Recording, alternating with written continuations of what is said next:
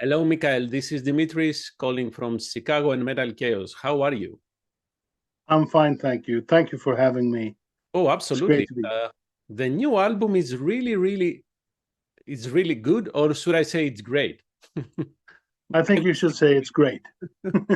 um, so first of all, considering that most of the album releases get delayed, um, when this album was ready, when Trivia Goddess was ready?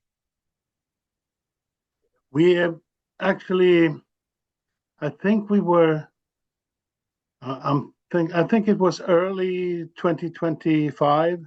Oh my. Maybe I think we had the mix done like January or something. Mm-hmm.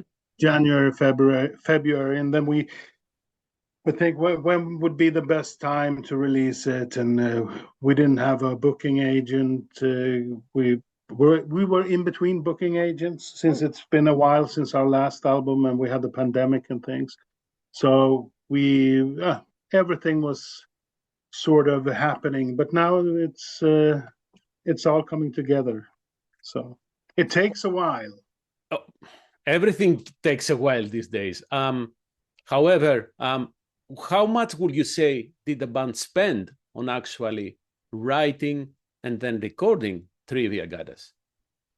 We didn't use all of the 6 years it took between the previous album and this one, but I think we had a while where we were ready to promote the last album, but then the pandemic hit, so tours and festival shows, everything was postponed or canceled.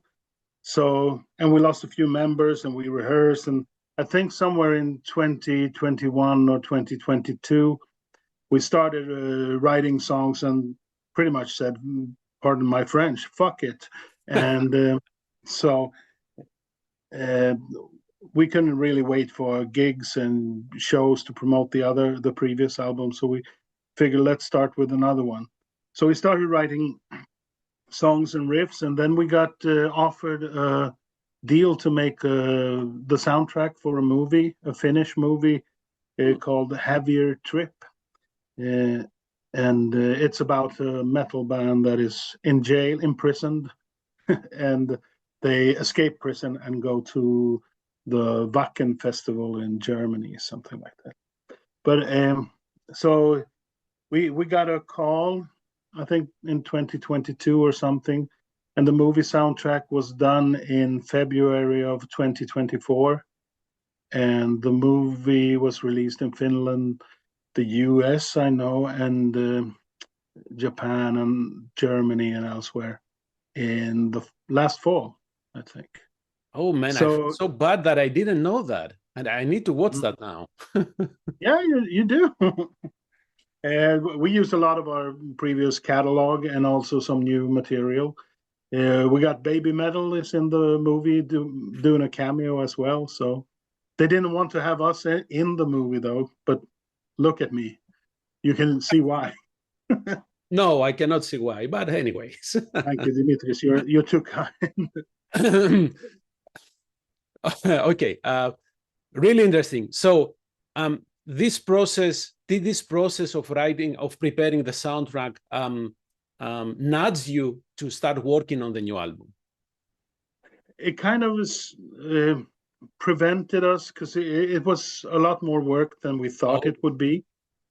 Because we're newbies when it comes to making movie soundtracks.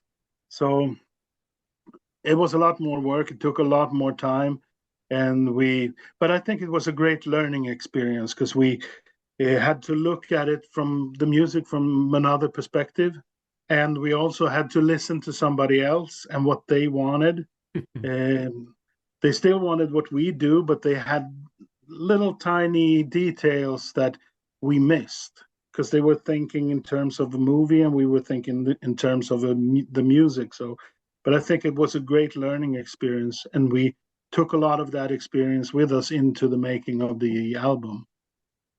But so as soon as the movie soundtrack was done, we put everything into the album. looking back, is this something that you would like to do again or no more? It's sort of a bittersweet experience.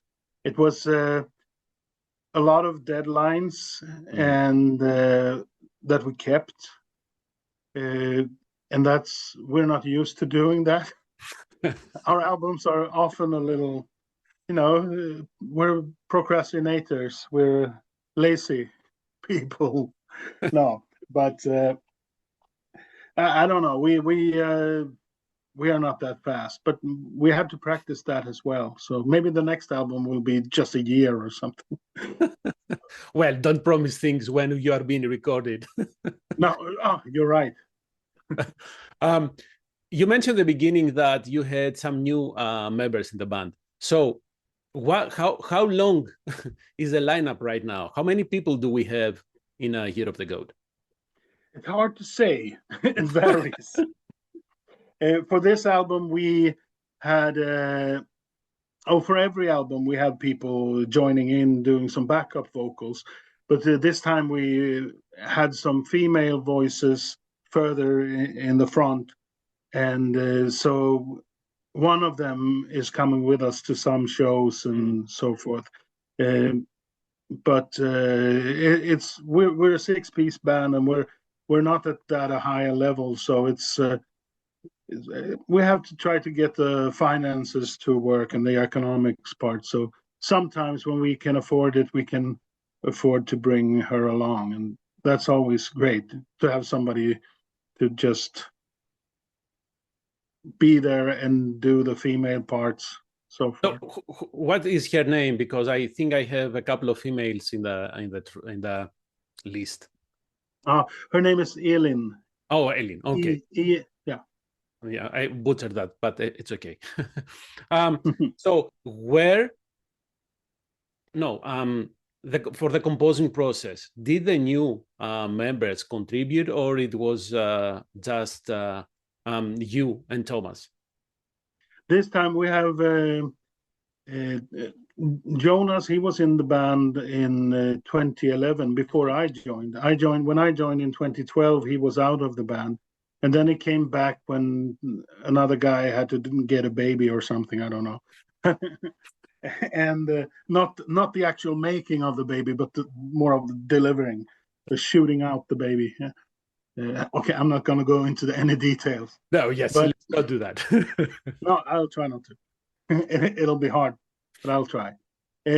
So, and then another guitarist left, so Jonas came back to the band. So he's bringing a lot of stuff into the mix as well with riffs, and is really productive. Me and Thomas and Jonas are sort of delivering the riffs and the lyrics and stuff like that. We have a few friends who join in for lyrics sometimes when we have nothing, when it's a blank. But we always bring the stuff into the rehearsal studio and start working on it and jamming and changing things, and everybody's having their input there. So everybody is a part of arranging and so forth. So it's a team effort, I would say. So since you mentioned the lyrics, so we know that you guys have a trilogy going, although we are missing the third part. However, this is not part of that trilogy, right? That is correct, yes. So does that changes the way you approach the songwriting? What I'm trying to say is, if you have, let's say, you're writing lyrics or music to fit a trilogy, does this affect in any way the songwriting process? Does it make it difficult, more challenging? I don't know. I will try. Let's see. My computer is doing something. Sorry. Sorry, I have to get back into the thing here. No, I can repeat my question. Can you do the question again, please? Yes. So you said that it's a fact that Trivia Goddess is not part of the trilogy. Yeah. So does this fact changes the songwriting process, because you have to fit the concept? Now I got it. It really does, because with the others, Angels Necropolis and the Novis Orbis Terrarum Ordinis, I don't know, we shouldn't have named it that, but it felt good at the time. I didn't think I would have to say it that often, but they are we went into those with a plan or a story or a storyboard. For the latest one, the second part of the trilogy, we had a storyboard that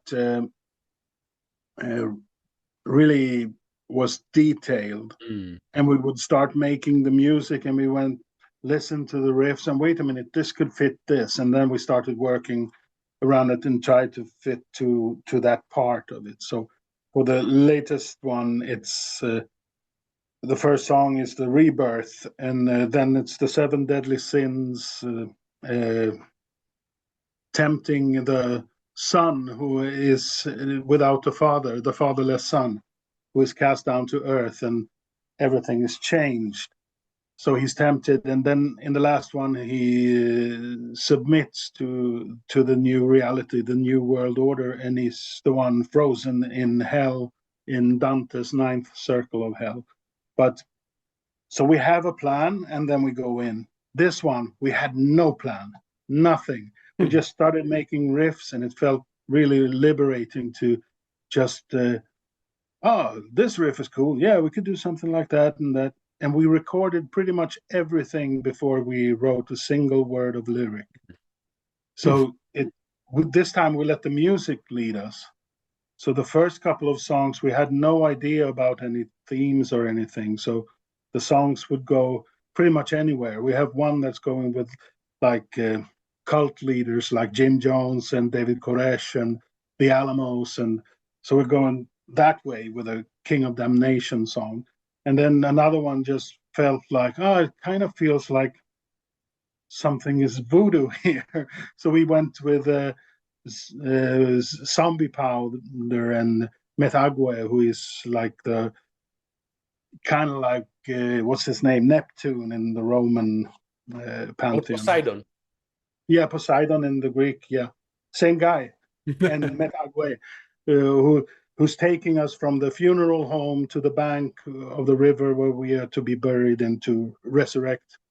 And then the songs, when we started writing, it turned more and more into the female perspective after a while. So this time we let the music lead us. Otherwise, usually we try to lead the music. So unless it's my eyes, I think I saw a spark of liberation in your eyes. Like, yes, we didn't have a plan, so now we can write music, right? Yeah, maybe. But we really like the thing about having a plan. Mm-hmm. So now I'm starting to miss that. And I've already done pretty much the whole storyboard for the next album. And we've been discussing it. And everybody is starting to get psyched of doing music that way again. Mm-hmm. We had another in-betweener, The Unspeakable, where we didn't have a plan beyond just saying like, H.P. Lovecraft, yeah, and everybody went into it and just made something. And then we were, that's cool. Everybody had an idea, and it's never like we take H.P. Lovecraft's theme and make the exact thing. We kind of read it, and we are lazy, and we read half of it, and then we start making up our own shit. And so this is the second time you say you use the word lazy. Be careful, man. Maybe not. For the mixing and the mastering, you worked with at least for the mixing. You worked with someone for the first time, right? Tom Dalkety. Damn it. Yes, it was the first time we worked with him. We had been working with the same guy all the time, who's playing in the Cult of Luna as well, who's not living too far from us, a good friend. And we kind of felt like, we wanted to try something else this time. Plus, he's got a new baby and is kind of busy, but he was ready to do the mixing. So we tried some other things, and it didn't quite work out. And then we just sat down, okay, who would we want to mix it? And the first name that came up was Tom's name. And we were like, because he mixed the latest Cult album and Pixies and Ghost, I think. So we were like, but yeah, he's done some really cool stuff. Can we contact him? And internet, we contacted him, and he said yes, and it turned out great. The first test we got, I listened to it and just, okay, he gets us. He's got it perfectly.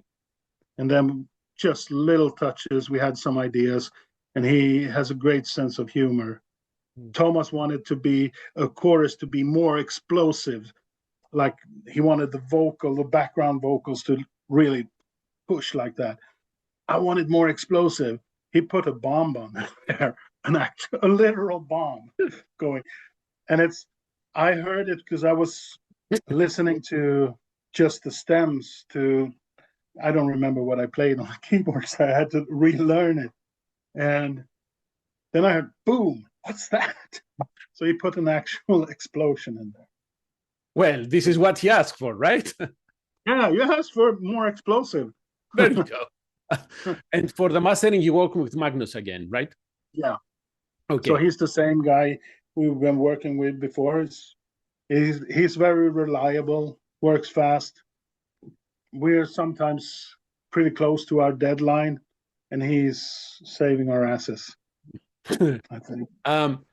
You said something about you tried stuff with the keyboard. So I want to talk about Witch of the Woods. So first of all, there is an amazing keyboard melody somewhere at the middle or closer to the end. That is so catchy, man. I don't know. I had to say that out loud. Did you use a theremin there? No. Okay, damn it. I'm sorry. Well, there are so many layers at closer to the end, and I thought, well, there is a theremin there, but no, right? No, not for the keyboard part. It's possible that Tom has added some stuff there. Okay. So I'm not going to say never.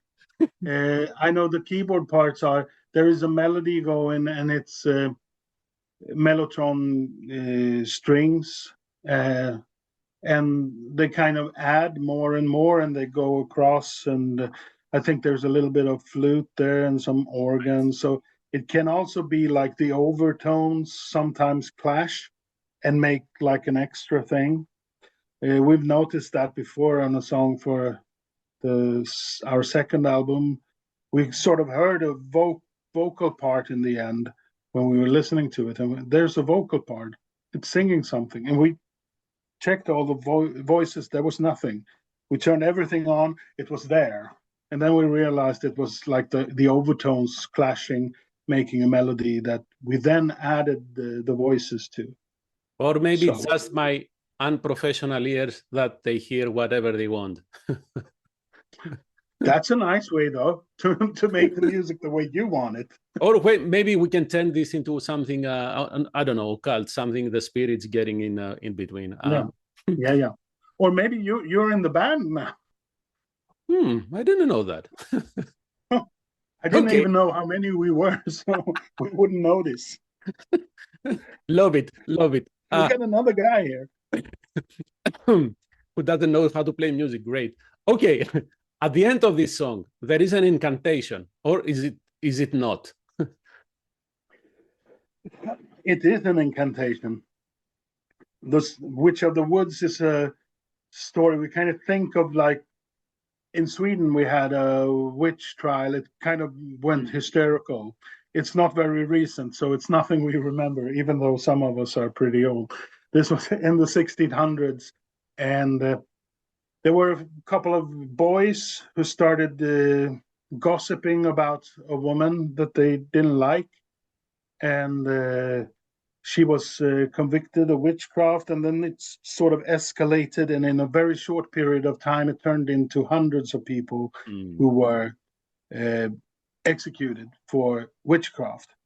It went totally bananas in a very short while, and we kind of sat and we talked about that, and then it was like, well, if you were one of those girls,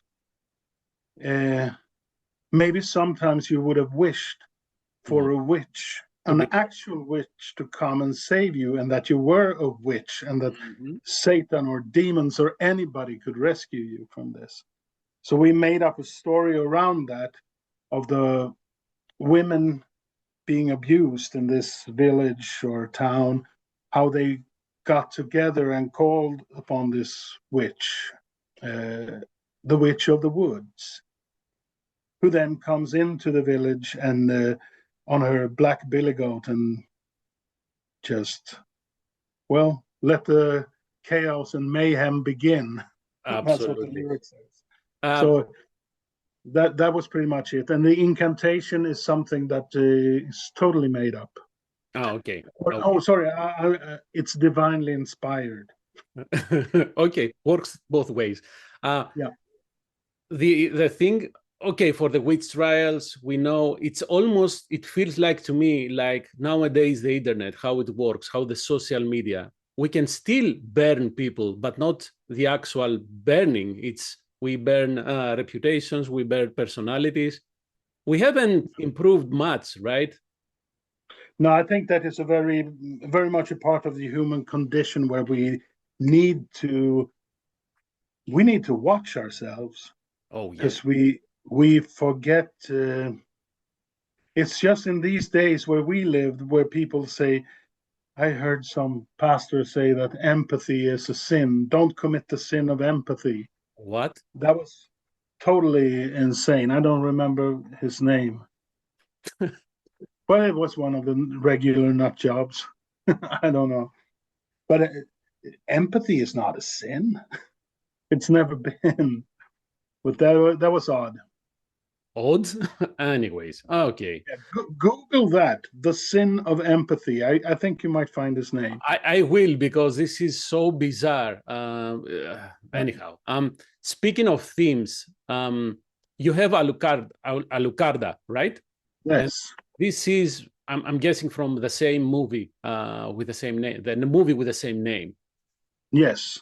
But interestingly, though, before digging into searching about this, if you read this name backwards, A Dracula. right? And I said clever, but And we are not the clever ones here mm, with that. But you also have, like in the fictional story, Alucard, who is Dracula backwards. And but Alucard, for us, it was the movie, and it's sort of the song that led us into the female theme. mhm. Because Thomas had watched it not pretty recently, and he loved the artwork of the movie cover. Oh It's yeah. very cultish horror thing. So we were watching that, and we went like, well, it could work for the chorus. Yeah, could. But what's the movie about? I hadn't seen it. So Oh, we okay. talked about the movie, and I later saw it.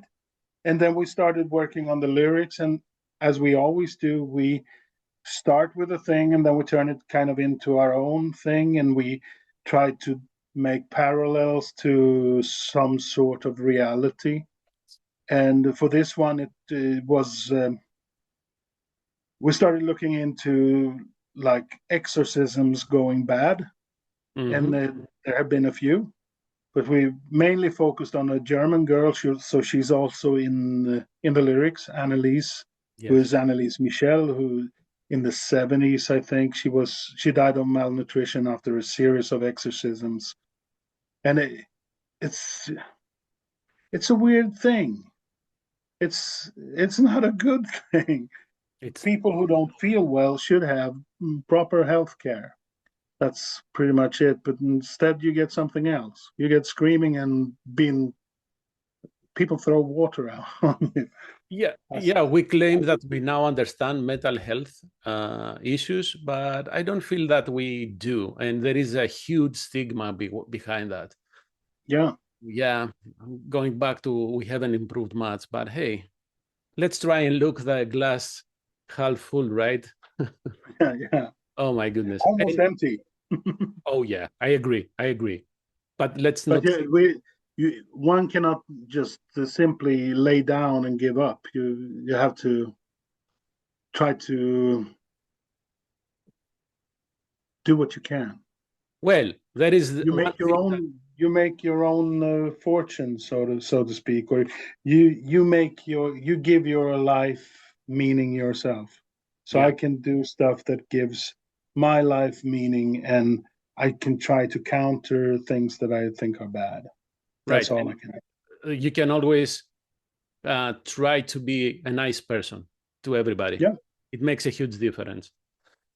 Um, Speaking about Alucarda, you have two video clips, right? Music videos. Yeah. And those two are connected, right? With Yes. the Power of Eve is a continuation to Alucarda, right? Yes. So you were involved in the process of making those two music videos and creating the concept. Yeah, we talked to the filmmaker, Finnish filmmaker. He's a friend of one of the guys who made the movie that we made a soundtrack for. So we were talking to him, and he made an award-winning short film that was really nice and looked really cool, like the outdoor scene. He makes it looks really beautiful. So we talked to him about the thing. I wrote a short synopsis for it, and it was very open. The first video, think of the thing with the exorcisms or the witches burning, mistreating women way back, mistreatment of women, and then the second one as the revenge. And since it's the power of Eve, she is the one who dared to challenge the God character and actually take the apple and listen to the serpent, who was, if you read the story, the only one who never told a lie. Right. Because the God said, you truly will die on the day you eat of the tree of the knowledge of good and evil. But the serpent said, you won't die. Just eat the damn fruit. So she had the strength to challenge that. And not only that, I think has been dealt a bad hand, because she's a woman, and she's her own person, but it's like the first. If we were to pretend that she was the first woman, that means we got the first woman cannot be her own person. She has to come from a man's rib. She has to be submissive to the man. God created lots of animals. Can this be your pal? Can this be your pal? Asking Adam. And no, not that one. No, I'm not into zebras or whatever. And he made a woman out of his rib. Oh, that's perfect. So she was specifically made for him. And I don't think we can agree with that. We got mothers, we got sisters, we got friends, we got lovers, and they are equal to us, I think. Not you think, we are equals. Yeah, that's exactly. Good. And I was this close making the joke of an apple a day, but I didn't. Makes the doctor away, something like that. Anyhow, yeah. But it was good, great input there with not us, we are equal. That was beautiful. Absolutely. Perfect. Absolutely. So playing live, what are the plans? You have announced some live dates in Sweden and Germany. Will you be adding more shows this year, or? We're playing next Saturday in Poland, a festival. Okay. But then I think it's 4 dates in Sweden and a bunch of days in Germany, Poland, Austria. But we're looking into it now. We're starting to book festivals for next year. Our booker is doing a lot of that stuff. We've gotten some great reviews. We were chosen the album of the month in German Rock Hard magazine. It was pretty cool for us to look at, Halloween, childhood legends are below us. You are below us. No, they will never be. But that was a nice thing. So we're hoping we can get more shows going.